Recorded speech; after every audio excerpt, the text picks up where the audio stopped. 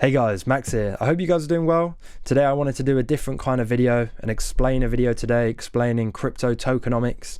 My knowledge of this was pretty sparse at the start and I didn't really know what all these words and terms meant, so I wanted to just make a video that hopefully describes them quite briefly and quite simply so that you, if you're quite new to crypto, have a better understanding of these values that you might see on CoinMarketCap or on these other websites. So yeah, that's pretty much it. I hope you guys enjoy. If you do, like and subscribe. There'll be more videos coming on the way. So here we go. Crypto tokenomics explained. As a simple definition here, we've got tokenomics is the study of the economic models behind a cryptocurrency, token or crypto asset.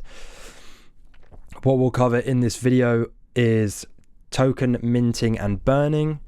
We'll then cover the fundamental terminology, which I've got down as these terms here and these values on CoinMarketCap that you might see, and you might not wonder what they all mean and how they all interact with each other. Then we'll go over inflationary and deflationary crypto. We'll then go over the dilution or risk of dilution for crypto, for a crypto asset, and then we'll go over best practices. Oh God, itchy nose, my bad guys. So let's go in. So token minting and burning. So essentially token minting is the creation of a crypto tokens on a network, and this can happen in a variety of different ways. And then we have crypto burning, which is essentially the deletion of crypto on a network. So when you minting crypto for Bitcoin, it can be mined. Same with Dogecoin. This is their method of minting. So through the proof of work mechanism, the cryptos will be mined, the blocks will be mined, and then crypto will be minted once the blocks are mined. For proof of stake and other different methodologies, there are different ways that crypto are minted, but that's essentially it, the creation of crypto on the network. And then crypto burning or token burning is when crypto assets are sent to a dead wallet. Essentially, it's a wallet which can't be accessed, so the tokens are sent out of the market and inaccessible. So that essentially brings the supply down and thus increases the demand. And in contrary, when you're creating tokens, you're obviously increasing the supply and thus you can be decreasing the demand. Now let's go on to the fundamental terminology. So here we'll be covering these values over here, which is essentially all of the values that you see on CoinMarketCap on the left when you're looking through crypto and sort of analyzing them, doing your research. So firstly, we will have a look at total supply, which is this value here. The total supply in a fundamental definition is the total amount of crypto minted minus the total amount of crypto burned. So it's essentially the total amount of crypto that are not accessible, that are minted and on the network.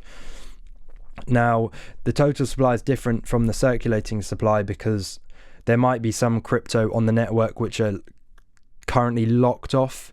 So, well, with Bitcoin, you don't see that's the case. Here you see circulating supply is 19.8 million and total supply is 19.8 million. So they're the same thing. But I've got a second example here, which is Goldfinch, where we have a total supply of 115 million and then a circulating supply of 30 million. So there's a vastly less amount of cryptos in the market that are able to buy by the public.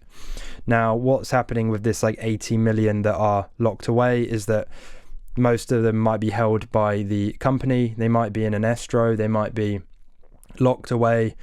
The employees might hold them. They're essentially in a vault. They could be released into the market at some point, and we'll get into the risks of that later on potentially. But yeah, it just means that they're locked away and inaccessible at the moment for people to buy.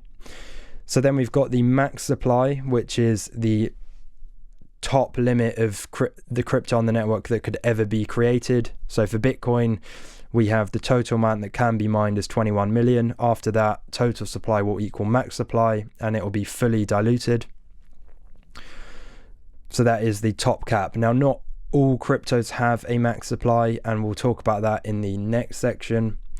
But yeah, that's the upper limit of the total number of tokens that can be available on the network or minted on the network.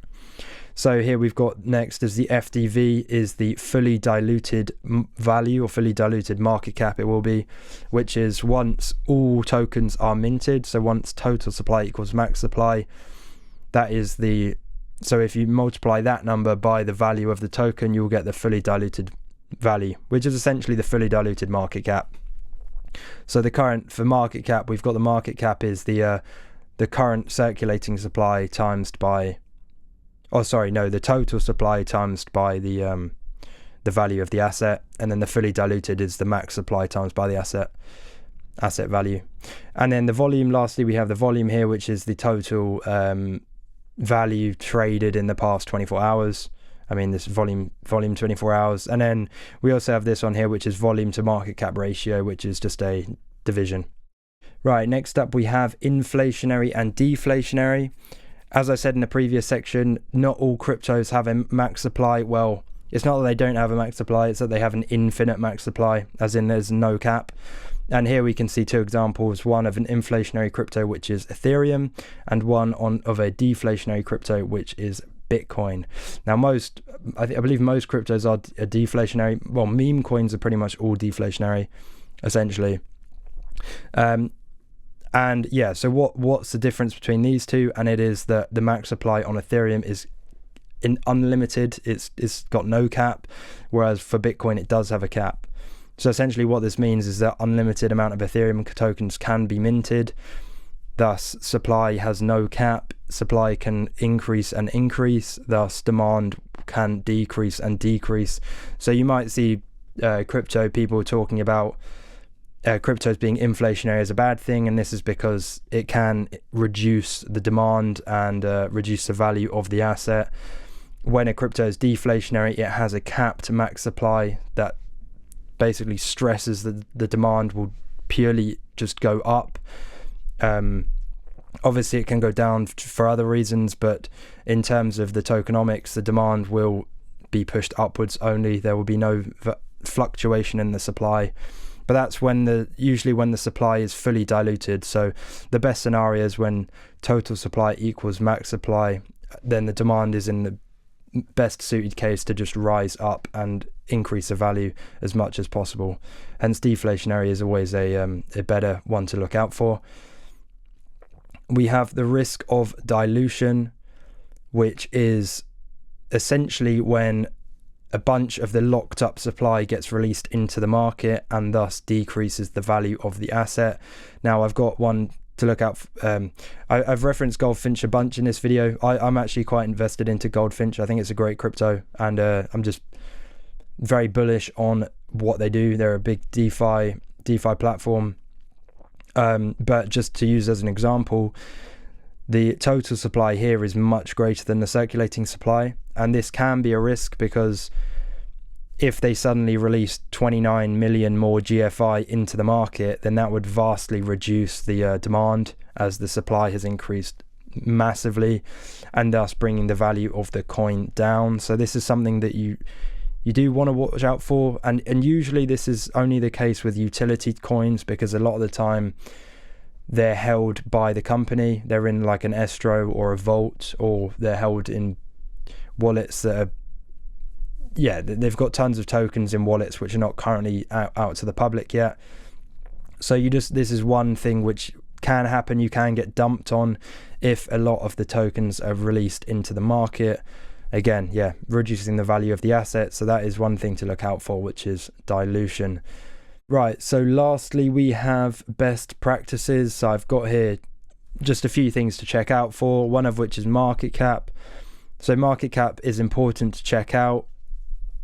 If a crypto is lower in market cap, it's more associated with higher risk. It's more prone to risk from getting dumped on, from market fluctuation, from the company if it's a utility token failing, there's a million reasons why lower market cap introduces higher risk. If it's a higher market cap, it's probably a more stable crypto. It's not going to just disappear. But the balance between that is that the ones with lower market cap have more room to grow in the upside, so they might do a lot more multipliers in the bull market. So it's a balance of the two. I mean, depending on what you're investing in, I maybe crypto around like 80, if it's a meme coin, around 80 mil, 100 mil, they still have good room to grow into potential billions. So it's they could have good room, the upside there. Or if you want to play it really safe, you can always invest in things like ADA or Bitcoin or Ethereum, which have humongous market caps. They won't grow as much, but they're much, much, much safer. So market cap definitely does matter when you're looking into crypto. We then have circulating supply over total supply, which is essentially the risk of dilution. So again, you want to take into account how many tokens do they have locked away, how many tokens do they have locked away that they could potentially just release into the market and change the value of the coin. That's also one to look out for. Now, on top of this, you can check out the crypto holders who holds the asset. So you can look at websites like Etherscan and see what the percentages are of the wallets and the distribution of the wallet holdings. This kind of goes into dilution, because some of these crypto, even though the total supply is far bigger than the circulating supply, it might be that they may be releasing the crypto in a way that's fine for the market. You know what I mean? It doesn't necessarily mean that they're going to dump it all and completely fuck the market up. So yeah, it's not always a bad thing, but it's one worth looking into. Then we have the volume. Now, volume is pretty much king in crypto. You want to see high volume on crypto that you're investing, or a high volume to market cap ratio. The higher the better, really, and that just shows that there's interest in the crypto, especially for like me, well, for any crypto really. If it's got high volume, it's got lots of interest in people trading it, therefore the exchanges are going to be making a lot of money from the crypto, therefore it probably will get listed on more exchanges, and so volume is very, very important. And then here, does token supply matter, as in does like the amount of crypto in the market matter? I've heard some people saying that you want like less tokens is better, but at the same time I don't think it really matters, because at the end of the day you're still just buying a percentage of the market cap.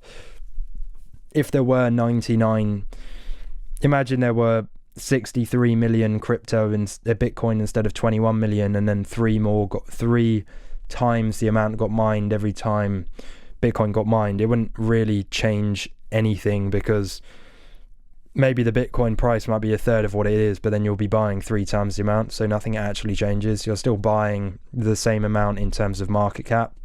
So I don't think token supply does matter, but yeah, there may be different opinions on that. I don't think it matters though. And that's pretty much it, guys. I hope you enjoyed. I tried my best to explain some things there. This is my first explainer video, so I definitely have a long way to go. And that's why I'm doing these videos, to try and learn how to teach a bit better, and just make sure I understand the concepts as much as possible as well. But yeah, I hope you guys enjoyed. If you did enjoy that and you did learn something, then please like and subscribe and share and comment. And if there was anything that I got wrong or that could have been better, please let me know down below. And if there's anything I missed out that would have been worth putting in the video, then let me know. And I can always make an updated one. I might do another one of these on a separate topic. But yeah, we will see. Anyways, guys, I will see you on the next one. Have a nice weekend if you're watching this on the weekend. And yeah, ciao, guys. Bye.